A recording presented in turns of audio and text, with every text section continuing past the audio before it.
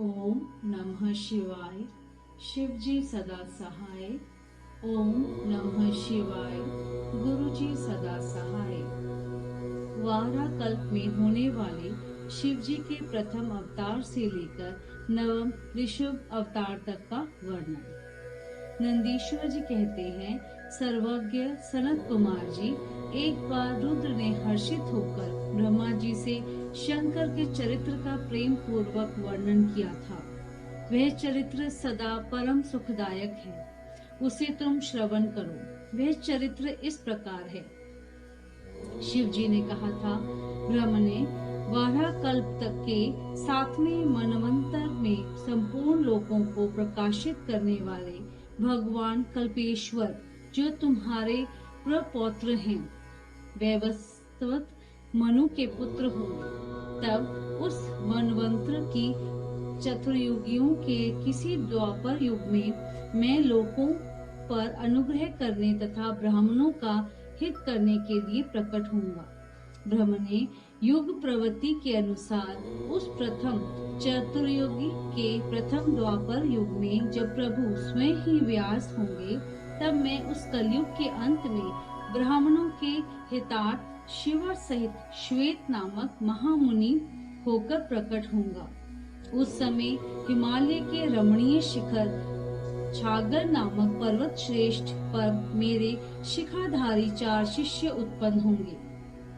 उनके नाम होंगे श्वेत, श्वेत शिखर, श्वेताशव और श्वेत लोहित। वे चारों ध्यान योग के आश्रय से मेरे नगर में जाएंगे। वहां वे मुझ अविनाशी को तत्वतः जानकर मेरे भक्त हो जाएंगे तथा जन्म, जरा और मृत्यु से रहित होकर पर ब्रह्म की समाधि में लीन होंगे। वत्स पितामह, उस समय मनुष्य ध्यान के अतिरिक्त दान, धर्म आदि कर्म हेतु साधनों द्वारा मेरा दर्शन नहीं पा सकेंगे। दूसरे द्वापर में प्रजापति सत्य व्यास होंगे। उस समय मैं कलयुग में सुतार नाम से उत्पन्न होऊंगा। वहां भी मेरे दुदुम्बी, शतरूप, हर्षिक तथा केतुमान नामक 4 वेदवादी द्विज शिष्य होंगे। वे चारों ध्यान योग के बल से मेरे नगर को जाएंगे और मुझ अविनाशी को तत्वतः जानकर मुक्त हो जाएंगे। तीसरे द्वापर भी जब भार्गव नामक व्यास होंगे, तब मैं भी नगर के निकट ही दमन नाम से प्रकट होऊंगा। उस समय भी मेरे विशोक, विशेषण, विपाप और पाप नाशद नामक 4 पुत्र होंगे। चतुरानन उस अवतार में मैं शिष्यों को साथ ले व्यास की सहायता करूंगा और उस कलयुग में निवृत्ति मार्ग को सुदृढ़ बनाऊंगा। चौथे द्वापर में जब अंगिरा व्यास कहे जाएंगे, उस समय मैं सुहोत्र नाम से अवतार लूंगा। उस समय भी मेरे 4 योग साधक महात्मा पुत्र होंगे। ब्रह्म ने उनके नाम होंगे सुमुख, दुर्मुख, दुर्दर्म और दुर्कृक्रमः। उस अवतार पर भी इन शिष्यों के साथ मैं व्यास की सहायता में लगा रहूंगा। 5वें द्वापर में सविता व्यास नाम के कहे जाएंगे। तब मैं कंक नामक महातपस्वी योगी होऊंगा। ब्रह्म ने वहां भी मेरे 4 योग साधक महात्मा पुत्र होंगे। उनके नाम बतलाता हूँ, सुनो। सनक, सनातन, प्रभावशाली सनंदन और सर्वव्यापक निर्मल तथा अहंकार रहित सनत कुमार। उस समय भी कंक नामधारी मैं सविता नामक व्यास का सहायक बनूंगा और निर्वृत्ति मार्ग को बढ़ाऊंगा। पुनः 6ठे द्वापर के प्रवृत्त होने पर जब मृत्यु लोककारक व्यास होंगे और वेदों का विभाजन करेंगे, उस समय भी मैं व्यास की सहायता करने के लिए लोकाधीश, लोकाक्षी नाम से प्रकट होऊंगा और निर्वृत्ति पद की उन्नति करूंगा। वहां भी मेरे 4 दृढ़व्रती शिष्य होंगे। उनके नाम होंगे सुदामा, विरजाम, संजय और विजय।